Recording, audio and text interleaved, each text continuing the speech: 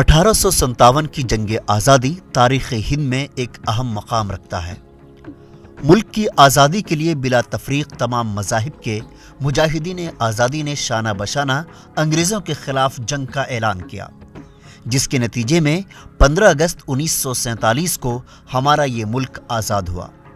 مگر اس تحریک کے سر فہرست بیشتر مجاہدین کے حیات اور کارناموں کے ساتھ انصاف نہیں کیا گیا اور انہیں نظر انداز کر دیا گیا۔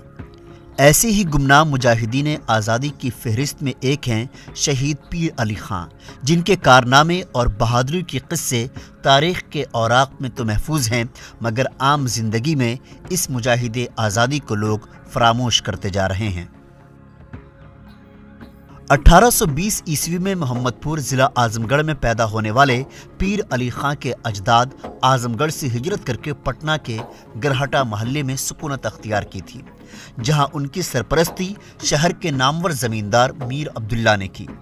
میر عبداللہ کے تعاون سے انہوں نے چھوٹا سا کتب خانہ کھول لیا، جس کا شمار چند دنوں میں ہی انقلابی مرکز میں ہونے لگا،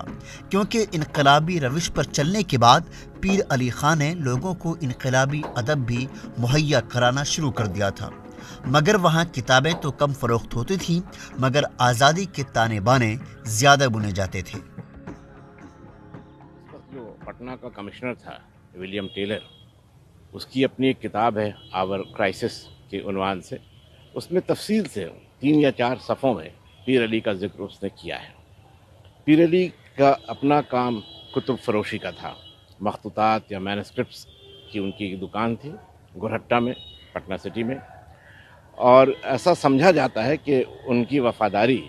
نواب واجد علی شاہ کی جانب تھی، جو اودھ کے نواب تھے اور جن کو انگریزوں نے برخاست کر دیا تھا۔ تو 1857 میں جب پورے ملک میں ایک شورش ہوئی، پٹنہ میں بھی، تو پیر علی اس میں کافی سرگرم تھے، اور انہی کی قیادت میں ایک جلوس نے پادری کی حویلی پر، ایک چرچ تھا جو وہیں گورہٹہ کے پاس تھا، آج بھی پادری کی حویلی کے نام سے جانا جاتا ہے، تو اس پر ان لوگوں نے حملہ کیا تھا۔ اور جب یہ واقعہ ہوا تو اس کی خبر گلزار باغ میں اس وقت انگریزوں کی افیم کوٹھی تھی، اب جو گورنمنٹ پرنٹنگ پریس ہے، وہاں جو اوپیم ایجنٹ تھا ڈاکٹر لائل، اس کو خبر ملی تو وہ نکل پڑا۔ اس کو اندازہ نہیں تھا کہ کس انداز کی بھیڑ ہے، گیا اور وہ وہاں مارا گیا۔ پھر اس کے بعد پھر جو کارروائی تھی حکومت کی طرف سے ہوئی، اور 2 دن کے اندر پیر علی گرفتار ہوئے۔ پیر علی کے انقلابی سرگرمیوں کی خبر جب اس وقت پٹنہ کے انگریز کمشنر ولیم ٹیلر کو ملی تو انہوں نے اپنے مخبروں کو پیر علی کی جاسوسی پر لگا دیا۔ جب پیر علی کی سربراہی میں پٹنہ کے دیگر مجاہدین آزادی نے 3 جولائی 1857 عیسوی کو گلزار باغ میں واقع انگریزوں کی انتظامی عمارت پر حملہ کر دیا، جس میں ایک انگریز افسر ڈاکٹر لائل کی موت ہو گئی، اسی پاداش میں انگریزی حکومت نے پٹنہ کے گاندھی میدان کے جنوبی حصے میں سرعام پھانسی پر لٹکا دیا، اور پیر علی ملک کی آزادی کے خاطر ہنستے ہنستے یہ کہتے ہوئے اپنی جان دے دی کہ زندگی میں ایسے مواقع بھی آتے ہیں جب جان بچانے کی تمنا ہوتی ہے، لیکن کچھ ایسے لمحے بھی ہوتے ہیں جن میں جان قربان کرنا ہی سب سے بڑی نیکی اور خواہش ہوتی ہے۔ یہ لمحہ انہی میں سے ایک ہے کہ جب موت کو گلے لگانا ابدی زندگی پانا ہے۔ جواب پیر علی کا وہ سننے کے لائق ہے اور غور کرنے کے لائق ہے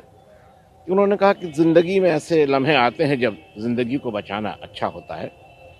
مگر ایسے بھی لمحے آتے ہیں جب زندگی کو گنوا دینا بہتر ہوتا ہے۔ اور آپ آج مجھ کو پھانسی دے سکتے ہیں، میرے ساتھیوں کو دے سکتے ہیں، لیکن اس کے بعد بھی لوگ آتے جائیں گے اور آپ اپنے مقصد میں کامیاب نہیں ہو پائیں گے۔ تو یہ سوچی کہ ایک طرح کی پیشن گوئی تھی اس شخص کی، اس کا جذبہ تھا کہ اس نے پھانسی پر چڑھنے کے پہلے ہی یہ کہہ دیا تھا کہ ہندوستان آزاد ہو کر رہے گا۔ تو یہ پیر علی کی شخصیت ہے، اور یہ ان کی تاریخ ہے،